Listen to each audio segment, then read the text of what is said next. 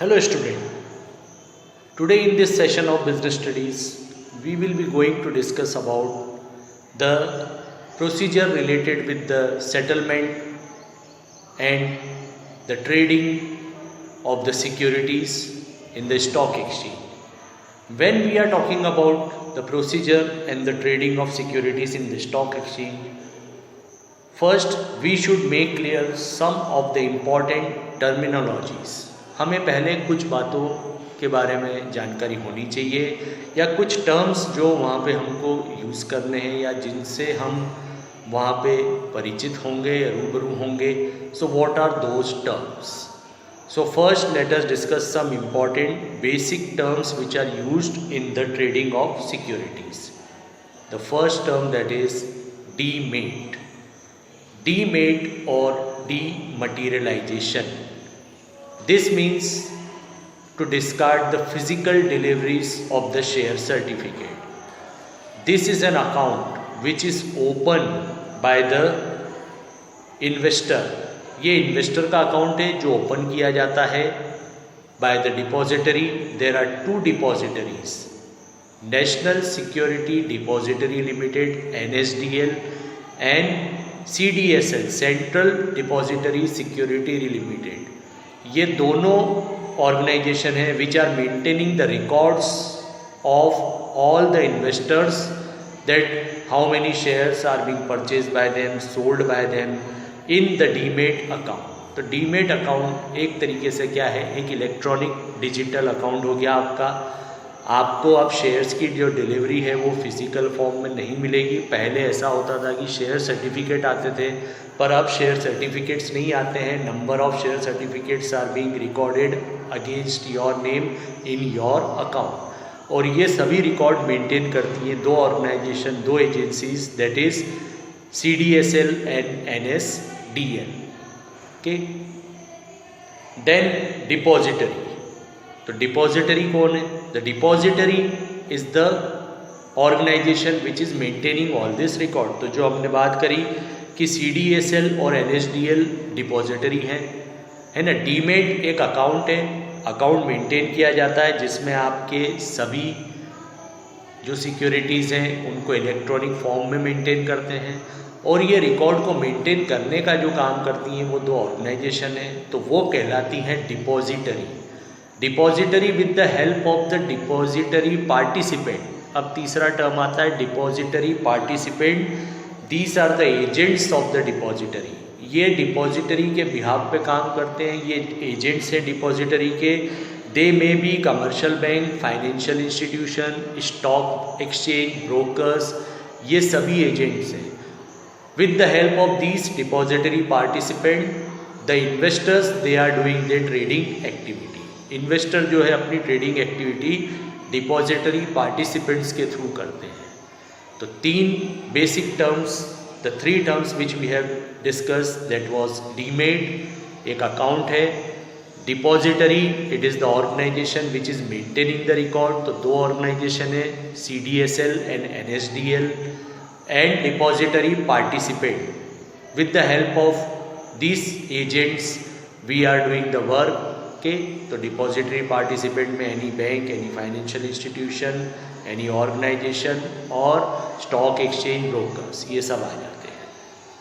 So after getting the knowledge of these terms, now we have to see the procedure.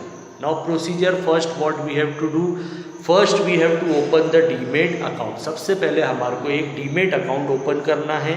And for this we have to provide certain documents to the depository participant. जो हमारे agents हैं उनको हमें कुछ documents देने हैं. The documents like related with name, date of birth and address proof. के any document related with this. Educational qualification and occupation, what is your educational qualification and what occupation you are doing. Then residence of India और not, Indian है या NRI है, इसका residence का आपको एक proof. Detail of bank account, आपके bank account की detail. And your permanent account number, PAN card detail. All this things are to be provided and then your demat account will be open.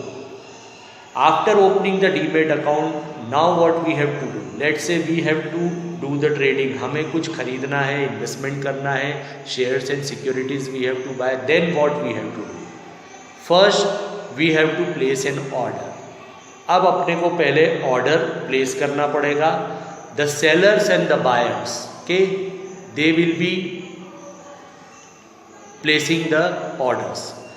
Quotation आएगा, आपको मान लीजिए कोई चीज़ खरीदनी है या सेलर को कोई चीज़ बेचनी है तो प्लेसमेंट होगा ऑर्डर का, and then the quotation will be made, the rate quotation will be made, and when both the buyers and sellers are agreed with that thing, that the rate quotation that in which we want to buy or sell, अगर वो agree होते हैं, so the phone calls will be made to each other, उनको phone calls जाएंगे from the participant, that is depository participant, that whether they want to move ahead with this placement of order or not।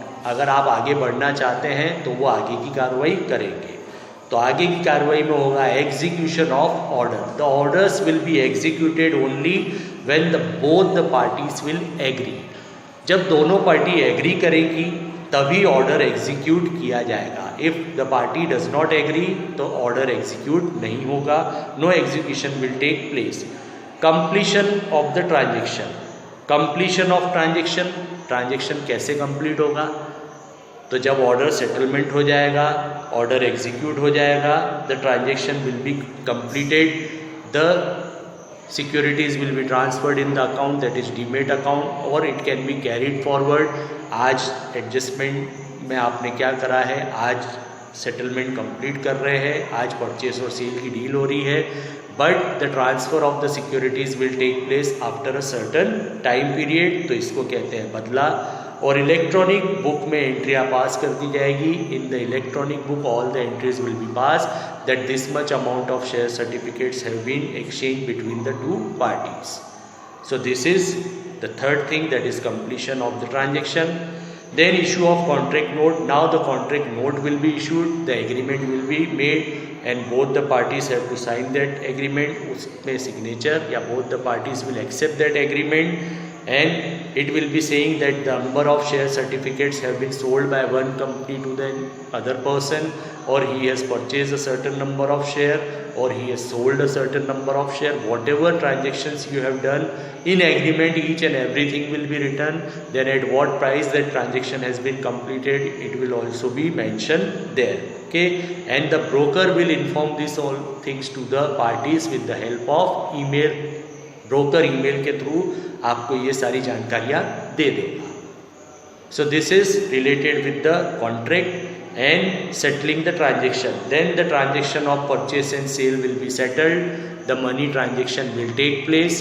Take T+2 days the time period as soon as the transaction is completed. जैसे ही ये transaction होता है, settlement होता है, exchange of securities take place, then the monetary transaction will also be settled within 2 working days. 2 working day के अंदर ये settlement हो जाना चाहिए. T+2 जिस दिन transaction complete हुआ उसके बाद 2 दिन के अंदर सारा पैसे का सेटलमेंट हो जाना चाहिए. The amount should be credited to the concern person account. Shares and securities should be debited और credited from one person digital account to the another person digital account. So T+2 days का एक settlement period होता है. This period was previously 5 days. पहले ये 5 दिन का होता था, फिर इसको 3 दिन कर दिया गया और अब ये 2003 से from 2003 T+2 days is for 2 days only. Okay, T+2 कर दिया गया इनको, मतलब ट्रांजेक्शन सेटल हो गया, डील कंप्लीट हो गई. Now the exchange of the securities will take place and the monetary transfer will take place within 2 working days of the completion of transaction. So this is how you will be doing the settlement and the procedure related with the online trading. Okay, thank you and have a nice day.